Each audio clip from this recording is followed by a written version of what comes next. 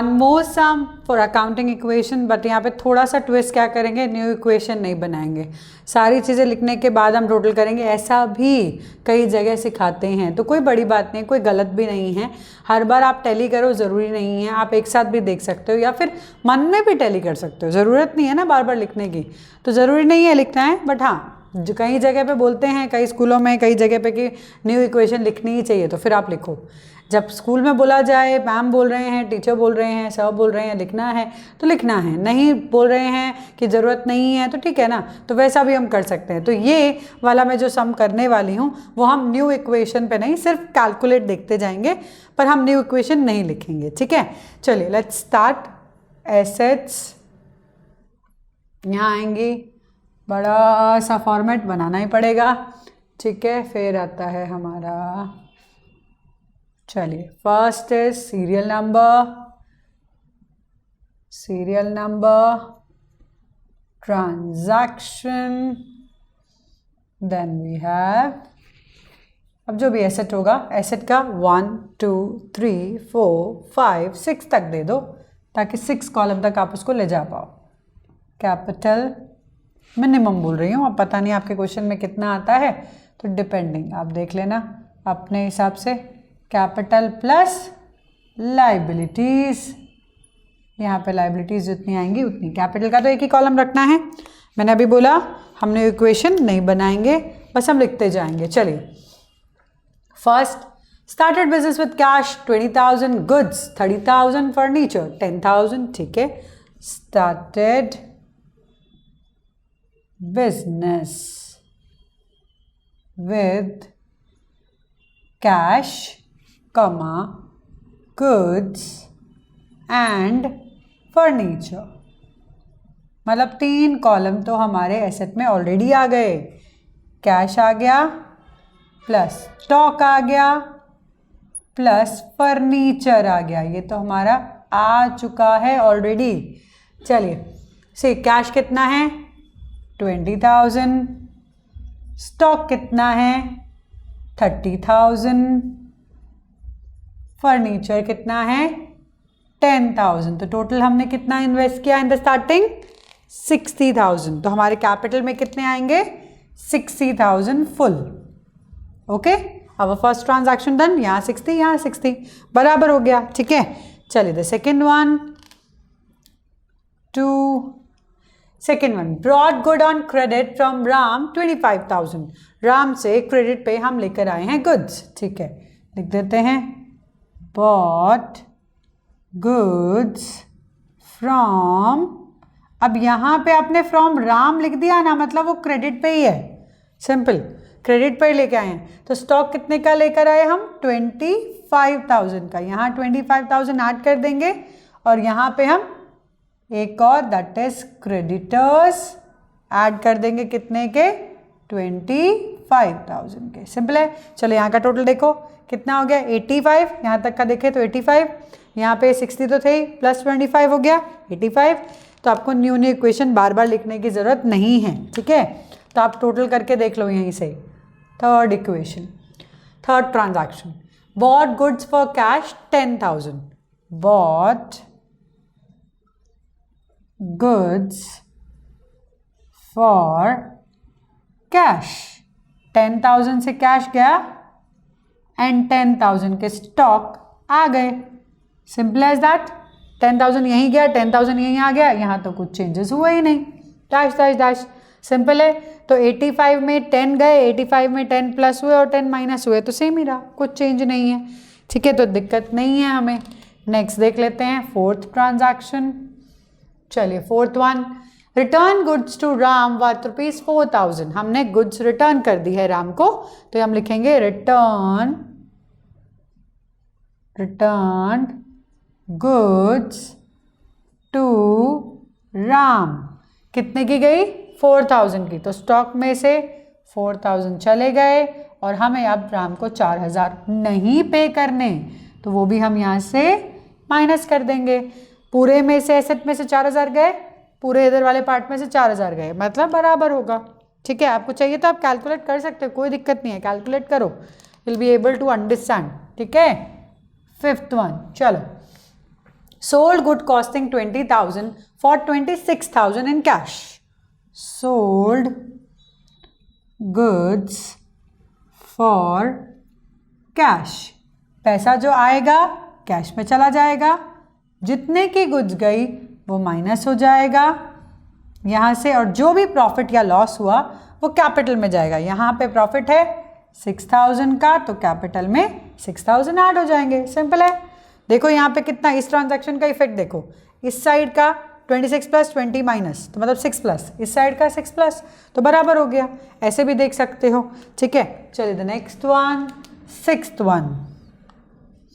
Settled the account of Ram at a discount of ₹1,000। मतलब देखो राम तो एक ही है, क्रेडिटर एक ही है, 25 देने थे उसको, उसमें से 4 तो उसके रिटर्न गुड निकल गए। देने कितने हैं अभी? 21। वो कह रहे हैं 1,000 कम दे के ख़त्म कर दिया, 20 दे दिए। ठीक है भाई, हमने राम को पेमेंट किया 20 की, लेकिन गए मेरे 21 के 21, तो 1,000 गेन है। कौन लेगा? ओनर। चलो सी, सेटल्ड अकाउंट ऑफ राम, कितने दिए? 20,000 माइनस 20 दिए, 21 देने थे ना, 20 दिए, 1,000 का फायदा हो गया किसको? ओनर को। इसमें से कितने गए? 21 पूरे चले गए, खत्म, हमने उसको पेमेंट दे दिया है। Next last, interest on capital charge किया है 3,000। अब यहाँ पे 2 चीज़ें याद रखो, interest on capital and interest on drawings. ठीक है, interest on capital and interest on drawing किसको मिलना है या किससे लेना है? ओनर को मिलना है। लॉस किसका? बिजनेस का। बिजनेस का लॉस कौन बेयर करेगा? ओनर। मिलना ओनर को है, लॉस भी ओनर ही बेयर करेगा, दोनों ही केसेस में। इंटरेस्ट ऑन ड्रॉइंग मिलना किसको है? बिजनेस को। किसको देगा बिजनेस वापस? ओनर को। लेना किससे? ओनर से। मतलब सारी ट्रांजैक्शन ओनर से ही हो रही है ना। तो यहाँ पे ध्यान रखना है, ये जो interest on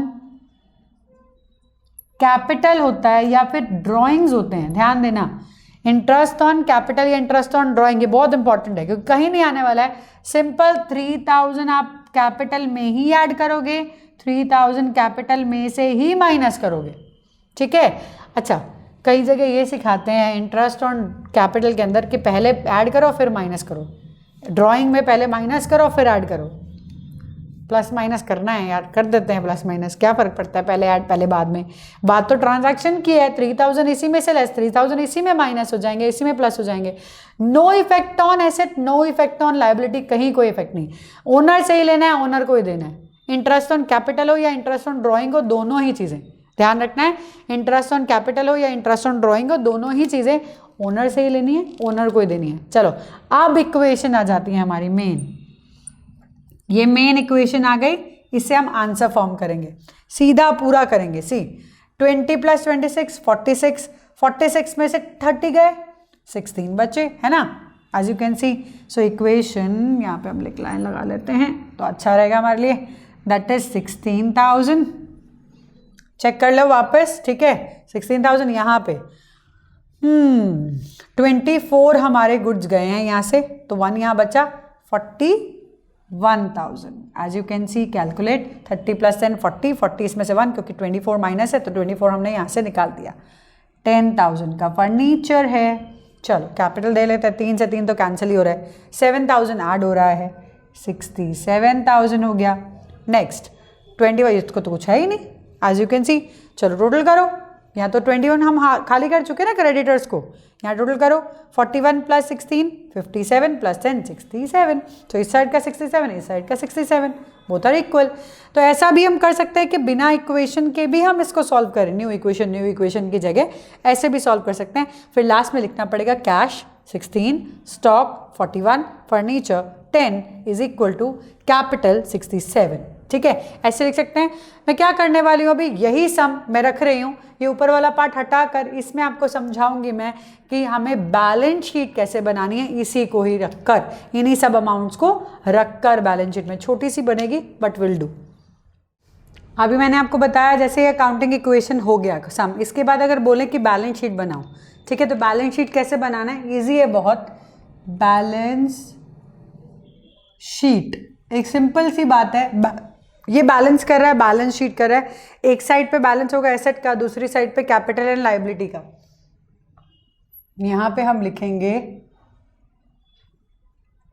one side and another side, see यहां पे हम लिखेंगे लायबिलिटीज रूपी assets, on the right hand side asset, on the left hand side liabilities. ठीक है, तो कुछ नहीं करना है, जो भी अमाउंट यहाँ पे आ चुके हैं उसी को हमें बैलेंस शीट में डालना है। See how we are going to do it.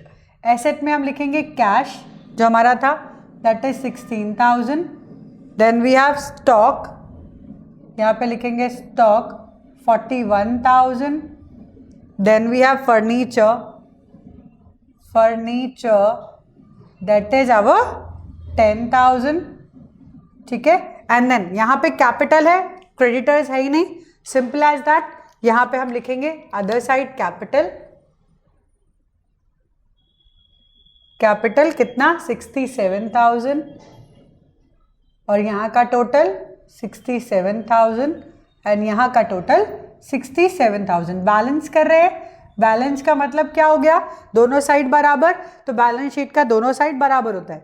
Easy है, ये वाला जो पार्ट आपने एसेट में यहाँ लिखा उसको लिखना है राइट हैंड साइड पे एसेट्स, ये वाला जो पार्ट आपने यहाँ लिखा उसको लिखना है लेफ्ट हैंड साइड पे कैपिटल एंड क्रेडिटर्स होते तो क्रेडिटर्स भी लिखते एंड देन ऐड करके दोनों साइड बराबर।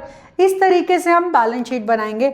जब भी आप कोई अकाउंटिंग इक्वेशन का सम करो और वो पूछे बैलेंस शीट, तो इस तरीके से आपको बनानी है। ठीक है, सारे एसेट्स को इधर लिख देना है, सारे लायबिलिटी एंड कैपिटल को इधर लिख देना है। अब हम करेंगे छोटे छोटे स्मॉल जो सम्स होते हैं, कभी कुछ निकालने के लिए, प्रॉफिट निकालने के लिए, कैपिटल निकालने के लिए, वैसा वाला पार्ट एक दो सम उसके करेंगे, देन टी शेप अकाउंट।